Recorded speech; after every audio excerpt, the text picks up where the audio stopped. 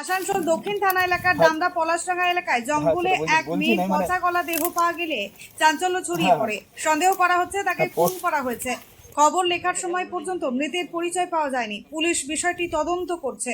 জানা গেছে আজ সকালে জঙ্গল এলাকায় একটি মৃতদেহ পাওয়া গেছে বলে খবর পাওয়া যায়।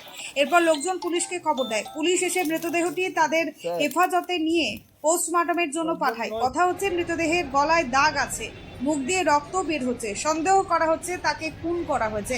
পুলিশ বিষয়টি তদন্ত করছে। বিষয়টি তদন্ত করার পরই স্পষ্টভাবে বলা যাবে বিষয়টির সত্যতা কি।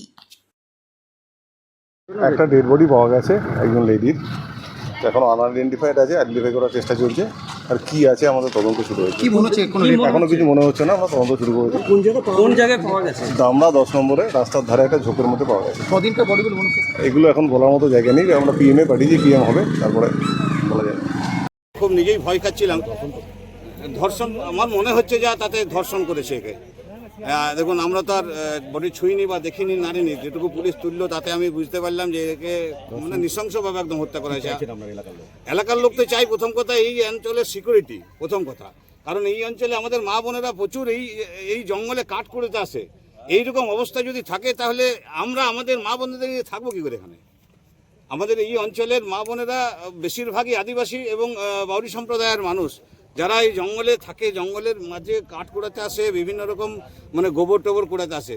তো এইভাবে যদি এখানে একটা নিরীহ মেয়ে, আমার মনে হয় 17 থেকে 18 বছর বয়স হবে, তার থেকেও কম, তাকে তুলে নিয়ে এসে যদি এইভাবে হত্যা করা হয়, সেই দুষ্কৃতীদের মানে অবিলম্বে গ্রেপ্তার করা দরকার। এবং বিভিন্ন দিকে যারা যারা দেখতে পাচ্ছেন এই লাইভ, তাদের মানে সেই জায়গাতে প্রশাসনকে সচেতন হওয়া অতি প্রয়োজন। চন্দন গান্ধী।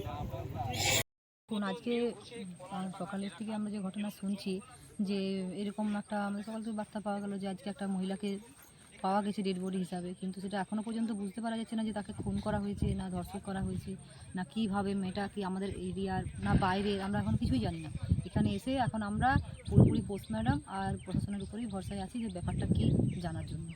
অবশ্যই আমি একটা মহিলা হই, তো আমি এই 87 নম্বর ওয়ার্ডেরই আমি মেয়ে। হ্যাঁ, তো মহিলা হিসাবে আমারও প্রচণ্ড আতঙ্ক, এবং আমাদের সব ছোটো ছোটো মেয়েরা স্কুল টিউশন যাওয়া আসা সব এই দিকেরই আশেপাশের মধ্যে, কিন্তু একটা আতঙ্ক যে আরও ভবিষ্যতে আগামী দিন আরও কী হতে চলেছে বা কী ভয়ঙ্কর জিনিস আমাদেরকে আরও দেখতে হবে।